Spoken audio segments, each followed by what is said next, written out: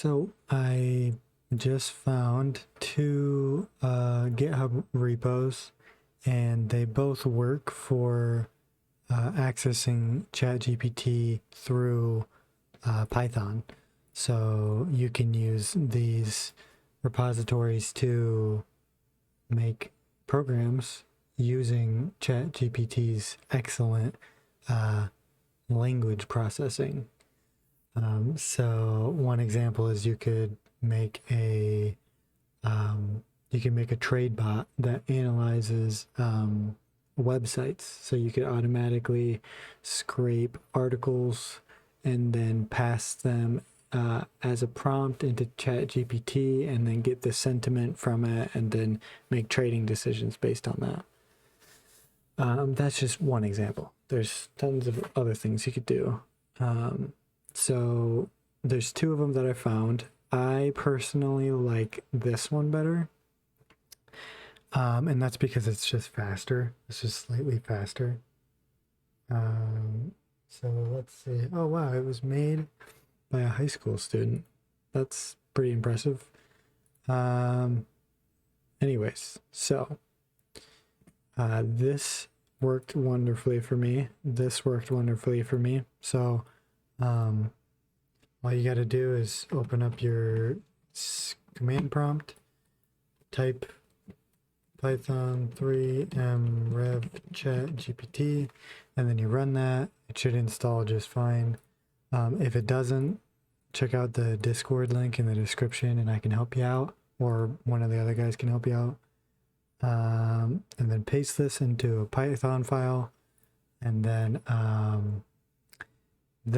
the session token. So you have to find the session token for your chat GPT session.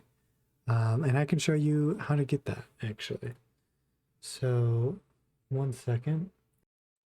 Okay, so I have my chat GPT window open here.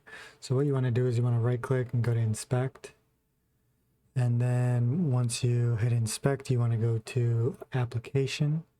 And then once you're in application, you'll want to click on cookies and then chat openai.com.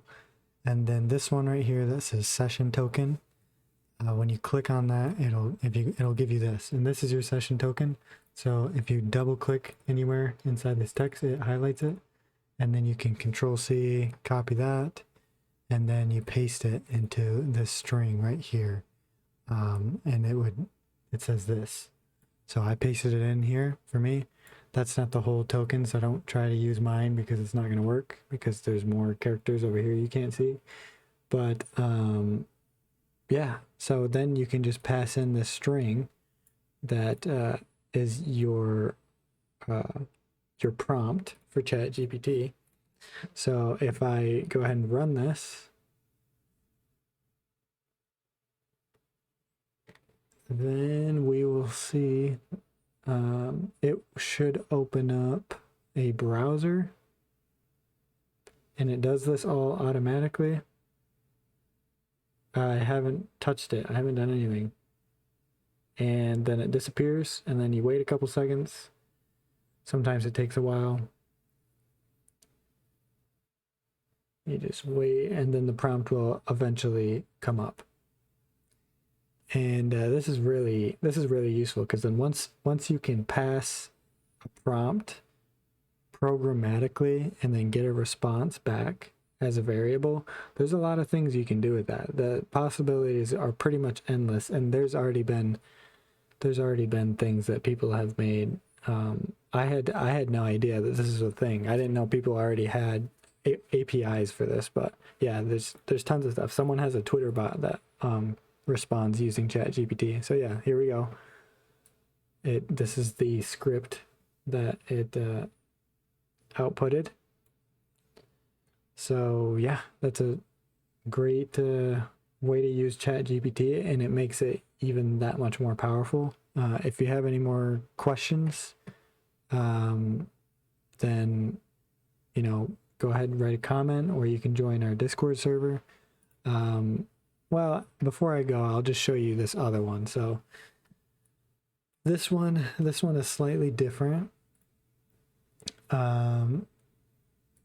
This one is not, I'll just have to show you because I don't know how to explain it. So you'll want to pass your email and password to this one instead of your access token. So, whoops.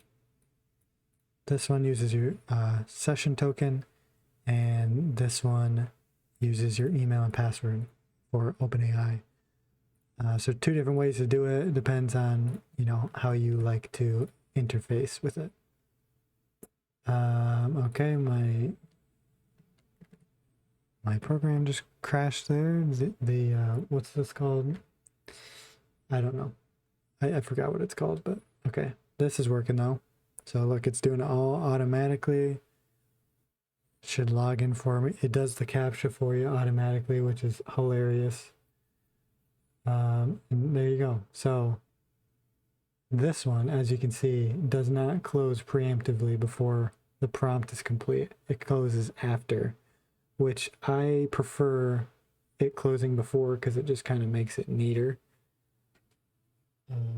But they both pretty much do the same thing. And that one was quicker, but only because the prompt was smaller. So they're probably about the same speed. One of them just uses email and password and stays open while ChatGPT writes their response. So, but they're both very good. Oh, and this one you just do the same thing, but you do pip install easy ChatGPT, and then this is literally I copy and pasted their sample usage off the website, and then I didn't use the environment variables. I just used regular variables, and I just put my regular variable into, or my regular credentials into these variables. So yeah, go ahead and now we can make very cool projects. So code to your heart's desire. So yeah, thanks for watching.